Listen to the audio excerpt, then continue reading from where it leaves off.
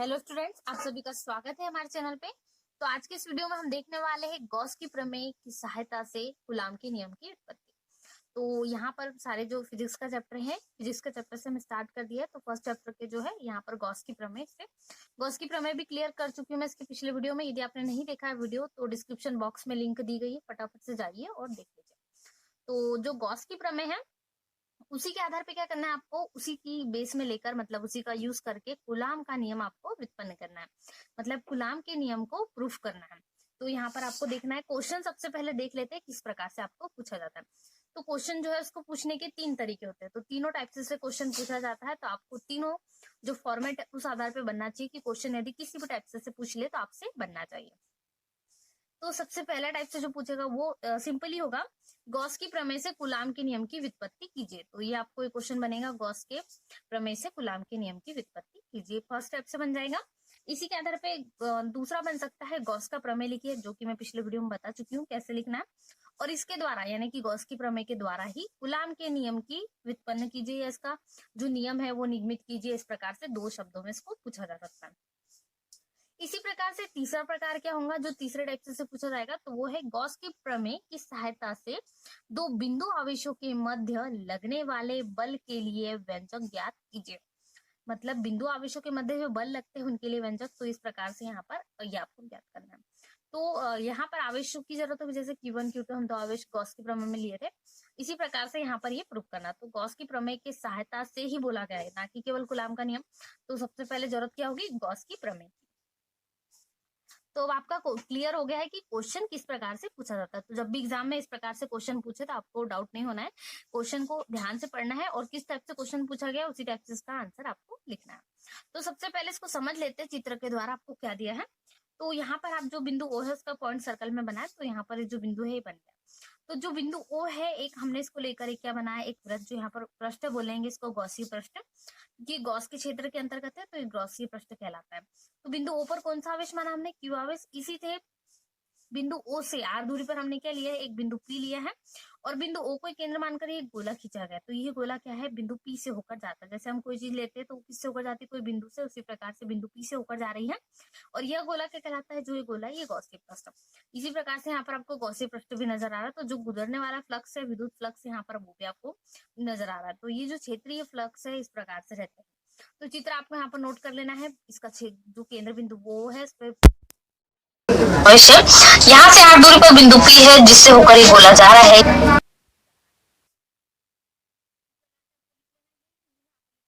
माना उपरोक्त चित्र में बिंदु ओ है, इस पर क्या आवेश है, प्लस क्यू आवेश यानी धन आवेश है।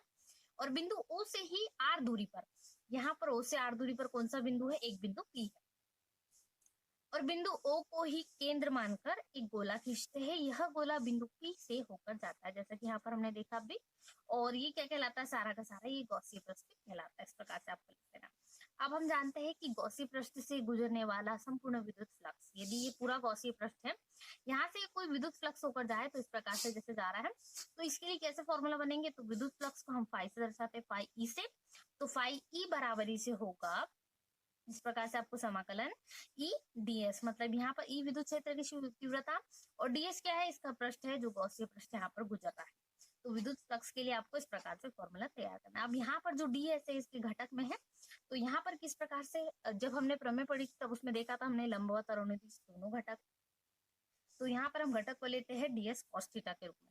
अब थीटा का मान यहाँ पर देख हम क्या लेंगे, थीटा का मान यदि हम 0 लेते हैं तो क्या है, थीटा का मान यहाँ पर 0। तो यदि कॉस थीटा की जगह पर हम 0 रखते हैं, कॉस 0 हो जाता है। इसका मतलब है फाई ई बराबर से कितना है, ईडीएस कॉस 0 है। और कॉस 0 की वैल्यू हम जानते हैं कितनी होती है, 1। तो हम लिख सकते हैं क्योंकि cos 0 value is equal to 1, या आप लिख सकते हैं चाहे तो। और यहाँ पर यदि वैल्यू 1 होगी तो डीएस इंटू 1 कितना हो गया, डीएस। तो ये फाई ई डीएस हो गया हमारा। अब आप जानते हैं अलग अलग पृष्ठों के लिए अलग अलग यहाँ पर आपको फॉर्मूलाज प्रयोग करना है। तो अब हमने जब शुरू में देखा तो हमारा क्या है, गोलीय पृष्ठ है, तो यहाँ पर हमें गोले के फॉर्मूले लगेंगे। और यदि और अलग आकर के होते तो हम यहाँ पर और अलग फॉर्मूला यूज करते हैं। पर जो ये पृष्ठ है पूरा पृष्ठीय क्षेत्रफल ये आपको दिख रहा है, तो ये किस आधार पर, गोलीय। तो गोले का जो पृष्ठ है गोलीय, इसलिए यहाँ पर क्या लगाएंगे, 4πr²। जो क्षेत्रफल ये उसका होता है, तो 4πr² यहाँ पर आप डीएस की जगह पर रखेंगे, मतलब ये पूरी वैल्यू इस प्रकार से बाहर आ जाएंगे, क्योंकि चूंकि ये पूरे पृष्ठ के लिए है तो विद्युत क्षेत्र की तीव्रता इसमें पार्टिसिपेट नहीं है। इसीलिए फाई ई बराबर से कितना हो जाएगा, ई इंटू 4πr²। इसको दे देंगे क्या, समीकरण नंबर 1। बहुत सिंपल ही है। यहाँ पर आपको बस गॉसी पृष्ठ के लिए लेना है, तो यहाँ पर डीएस जो है ये इसका गॉसी पृष्ठ कहलाता है, जो ऐसे यहाँ पर शो हो रहा है। इसी के साथ में ई विद्युत क्षेत्र की तीव्रता है, और फ्लक्स जो है विद्युत फ्लक्स वो फाई ई है। इस प्रकार से हो जाएगा। यहाँ पर जो घटक है वो डीएस कॉस थीटा। इसके आधार पर लेंगे। हम जानते हैं कि थीटा बराबर से 0 है, तो 0 की वैल्यू रख दी, और कॉस 0 की वैल्यू आपको अच्छे से पता है 1 रख दी। इस प्रकार से ही आप इसको अटेंड कर सकते हो। फिर यहाँ पर ये चूंकि पृष्ठ कैसा है, गोलीय रूप से है, गोलीय प्रकार से है, इसी कारण जो क्षेत्रफल होगा इसका, जो क्षेत्रफल है वो पूरा किस में होगा, 4πr² के अंदर। अब चूंकि हमें कूलाम के नियम की उत्पत्ति करना है, वो भी किसकी सहायता से, गॉस की प्रमेय की सहायता से। तो अब हम किसका प्रयोग करेंगे, गॉस की प्रमेय का। तो गॉस की प्रमेय को प्रूफ जो है वो भी डिस्क्रिप्शन बॉक्स में है, तो यदि आपने नहीं देखा है तो फटाफट से जाइए और वो भी देख लीजिए, क्योंकि यदि आप गॉस की प्रमेय क्लियर कर लोगे तो उससे बहुत सारे जो बेसिक कॉन्सेप्ट है वो भी क्लियर हो जाएंगे, और वो थ्योरम आपको अच्छे से समझ आ जाएगी। तो आप जानते हैं क्या होती है गॉस की जो प्रमेय होती है, वो यहाँ पर आवेश के 1/ε0 गुना होती है। तो विद्युत फ्लक्स जो कुल संपूर्ण विद्युत फ्लक्स होता है वो आवेश का कितना होता है, 1/ε0 गुना होता है। तो ये प्रमेय, इसी को यहाँ पर वर्ड्स में हम इस प्रकार से बोलते हैं, और यहाँ पर इसको आंकिक रूप से लिखा गया। तो फाई ई बराबर इसे क्यू इंटू 1/ε0। अब यहाँ से यदि इसको क्यू इंटू 1 ना लिख के मैं सीधे Q/ε0 लिखूं तो भी कोई फर्क नहीं पड़ेगा, इसलिए इसको इक्वेशन नंबर 2 दे दी। अब समीकरण 1 हमने बनाया था 4πr² वाला, और समीकरण नंबर 2। अब दोनों से यहाँ पर आप फाई ई देख सकते हैं, दोनों तरफ फाई ई है, तो जो यहाँ पर LHS बराबर है तो दोनों के कैसे होंगे, RHS भी बराबर। तो ई इंटू 4πr² बराबर होगा किसके, Q/ε0 के। चलिए इस प्रकार से हो जाएगा। इसको बैलेंस कर लेते हैं, मतलब थोड़ा अच्छे तरीके से एडजस्ट कर लेते हैं। तो ई बराबर होगा विद्युत क्षेत्र की तीव्रता के बराबर क्या होगा, Q/ε0 तो है, हम Q के अपॉन में R² को ले लेते हैं, और 1/4π। इसको इस प्रकार से इसलिए बनाया जा रहा है क्योंकि हम यहाँ पर विद्युत क्षेत्र की तीव्रता के अकॉर्डिंग जब हम लगाते हैं किसी भी बिंदु पर बल, तो इस प्रकार से हमें फॉर्मूला चाहिए। तो ये पूरा इस प्रकार से अरेंज हो जाएगा। अब इसको बस आप इस प्रकार से कर लेंगे और समीकरण नंबर 3 दे देंगे। अब हम एक ऐसा मानते हैं कि कोई एक बिंदु है, माना बिंदु पी पर कौन सा एक अन्य आवेश Q0, जो गोलीय पृष्ठ से होकर जा रहा बिंदु पी था। तो यहाँ पर हम क्या मानते हैं कि कोई आवेश है जो Q0 है, और प्लस क्यू आवेश के कारण आवेश Q0 पर लगने वाला जो प्लस क्यू आवेश, उसको कुछ ना कुछ यहाँ पर आकर्षण या प्रतिकर्षण जो भी कर रहा है, उसके कारण उस पर कुछ बल लग रहा है। वो बल कितना है, F है। अब यहाँ से आप जानते हैं जो विद्युत क्षेत्र की तीव्रता है वो E बराबर से क्या है, F/Q0। तो यहाँ पे मान रख दीजिए किसका, E का।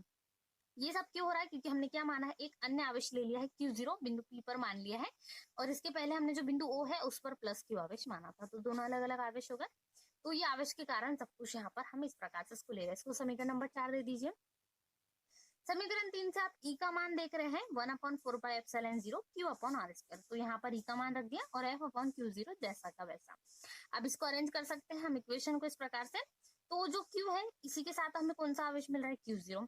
तो यहाँ पर Q के साथ कौन सा आवेश आ जाएगा, Q0, क्योंकि हमने एक अन्य आवेश लिया है Q0। तो ये इस प्रकार से जो यहाँ पर आपका आवेश दिख रहा था Q0, यहाँ पर ये भागित का कहाँ चला जाएगा, गुणा में।